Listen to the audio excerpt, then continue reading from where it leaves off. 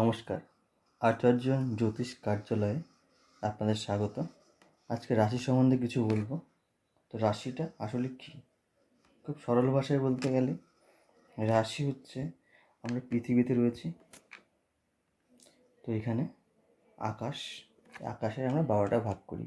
তো এই আকাশে রয়েছে গ্রহ বিভিন্ন, আর অনেক দূরে রয়েছে এই নক্ষত্রগুলো। তো এই আকাশকে আমরা 12টা ভাগে ভাগ করেছি আমাদের সুবিধা মতো। জেনারেলি 12টা ভাগে ভাগ করা হয়েছে। তো এই ভাগগুলোকে এক একটাকে বলা হয় রাশি। বেসিক্যালি রাশি হচ্ছে আকাশের এক একটা অংশ। তো এখানে 12টা ভাগে আমরা ভাগ করলাম আকাশকে, এবং এখানে হচ্ছে 12টা রাশি নাম দেওয়া হয়েছে। তো কোনো একটা গ্রহ আকাশের কোন অংশে আছে সেটাকেই বলা যায়। যেমন চন্দ্র বৃষ রাশিতে, মানে চন্দ্র রয়েছে আকাশের এই অংশটা সেই মুহূর্তে।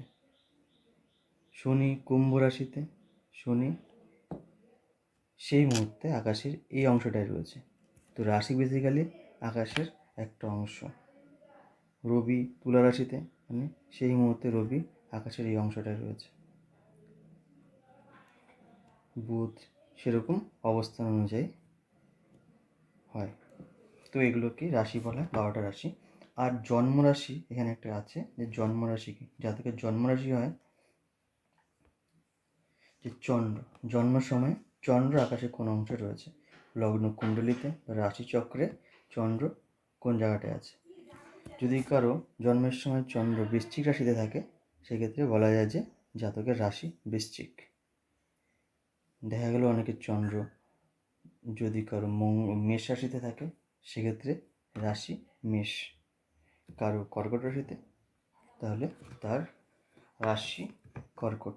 তো এইভাবে 12টা রাশি রয়েছে। নমস্কার, আজ এতটুকুই।